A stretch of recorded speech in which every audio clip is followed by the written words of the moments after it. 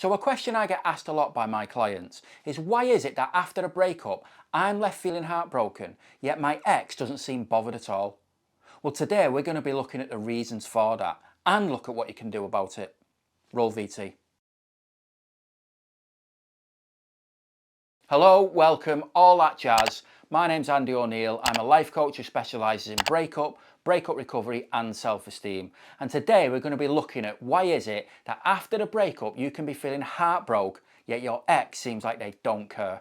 And don't forget to like and subscribe too. I release videos every week on all these subjects. So if your ex recently broke up with you, you can be left feeling lost, alone, confused, panicked, anxious, heartbroken. And you can stop looking after yourself as well. And yet your ex seems completely unaffected, like the relationship never even happened. And that just makes you feel worse. So why does that happen? Well, if your ex broke up with you, I can pretty much guarantee that they didn't just wake up one morning and decide, that's it, I'm out of here. Chances are they've been thinking about it for quite a while. It's not a decision that they made overnight. So what's happened is they've actually started to come to terms with the relationship being over while you were still together. And I know that sounds crazy, but that is genuinely what happens. So they actually started to heal during the relationship. So by the time they come to making the decision to end it, they're already halfway down their healing journey. Whereas you're at the very start. You now need to go on that same journey. You now need to start healing from the relationship the same way they've already done. So it's not like the relationship wasn't valid. It's not that they never cared for you or didn't feel anything towards you. They did. But they just started to get over it before they ended it. You now need to go along that same emotional journey. You need to break the emotional connection to your ex. See, they've already done that. They've already broken the emotional connection to you. You now need to work on breaking your emotional connection to them.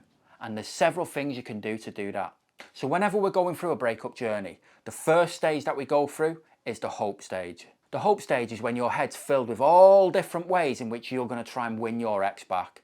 You'll think of grand gestures, you'll think of proposals, you'll think of sending gifts, letters, you'll bombard them with emails, with texts, with phone calls, you won't stop checking out their social media, and in your head, you're still living in hope that you're going to win them back.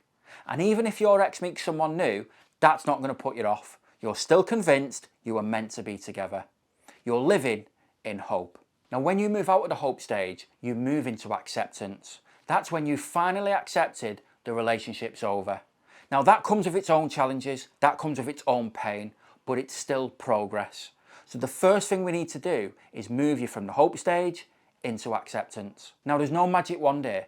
Everybody moves through that journey at different pace, but there are some things you can do to get the ball rolling. So the first thing you need to do is write a breakup letter to your ex. Now, you're not going to send it to them. This is for your eyes only. But you're basically going to write a letter giving all your reasons why the breakup needs to happen. Now, I know you're going to find that hard because right now you think they're the greatest thing ever, but they're not, because nobody is. So there are some reasons why you two shouldn't be together.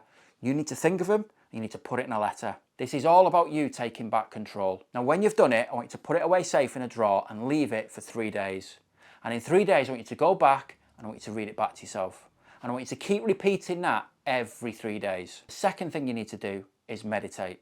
Now, I know before you start saying anything, oh, meditation's not very good, or it doesn't work for me, I just can't do it.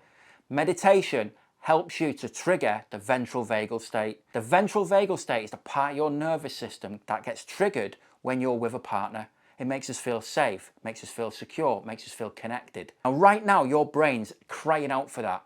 And the only way it can get it is by looking at your ex and going, we need to get them back. But when you meditate, you trigger the ventral vagal state yourself. So the more you meditate, the more you trigger that ventral vagal state, the more your brain realizes, we don't need our ex. We can feel like this on our own.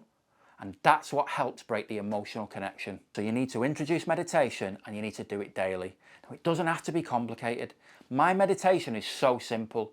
I will literally sit comfortable with my eyes closed and I'll control my breathing. And I'll go 4 seconds in through the nose, I'll hold it for 2, and then 4 seconds out through the mouth. And I'll just keep doing that for 10 to 15 minutes. Now, this is important. You will start getting thoughts. You will not completely clear your mind, but most people will give up as soon as they start getting thoughts in the head. No, you keep your eyes shut, you keep controlling your breathing. If you find that your thoughts are getting overwhelming, refocus back on your breathing. Count 4 seconds in, hold it for 2 and 4 seconds out. Do it for 10 to 15 minutes every single day. The next thing to do is some visualization exercises. Now it's very simple and it's the same sort of breathing exercise as meditation. So 4 seconds in through the nose, hold it for 2, 4 seconds out the mouth. But this time with your eyes closed, you're going to start visualizing a doorway in front of you. And what you can see is when that door's open, on the other side is your future. But it's a future without your ex. And when you're nice and comfortable, you're going to visualize yourself opening that door, walking through, turning around, looking back at your past with your ex in it, and you're slowly going to close the door. And you're going to feel what it's like to be in that future without your ex in it. If you can do that every day, you're opening your mind up to the possibility that a future can be had where your ex isn't involved. Slowly but surely, you'll start to break that emotional connection and you're able to move on to acceptance. Now that's just a snippet of some of the things you can do to help you progress through your breakup journey. But if you're still struggling, if you hit the link in my description, I've got a load of freebies that can help you, from an ebook to an online course. I've even got a newsletter, so make sure you check it out. But the biggest thing I'll say is don't give up. You can and you will get through it. Nice one for listening. Laters.